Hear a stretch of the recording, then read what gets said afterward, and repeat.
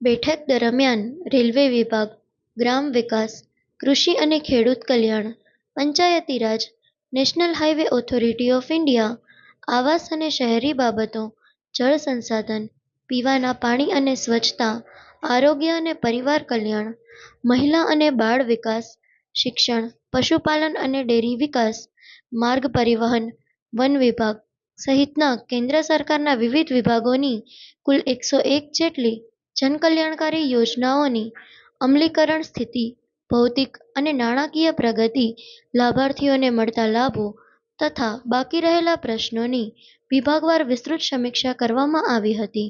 આ દરમિયાન સંબંધિત વિભાગોના અધિકારીઓએ પ્રેઝન્ટેશનના માધ્યમથી યોજનાઓની વર્તમાન સ્થિતિ, સિદ્ધિઓ તેમજ આગામી કાર્ય યોજનાની વિગતવાર માહિતી રજૂ કરી હતી.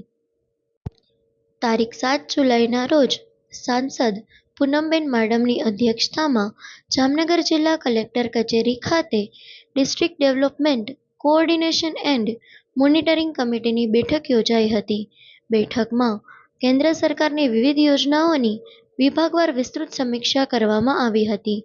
બેઠકમાં રાજ્યસભાના સાંસદ જીતેન્દ્ર કણઝારિયા, પદાધિકારીઓ, લોકપ્રતિનિધિઓ અને વિવિધ વિભાગોના અધિકારીઓની ઉપસ્થિતિમાં જિલ્લાના વિકાસ કાર્યો અંગે સમીક્ષા કરવામાં આવી હતી.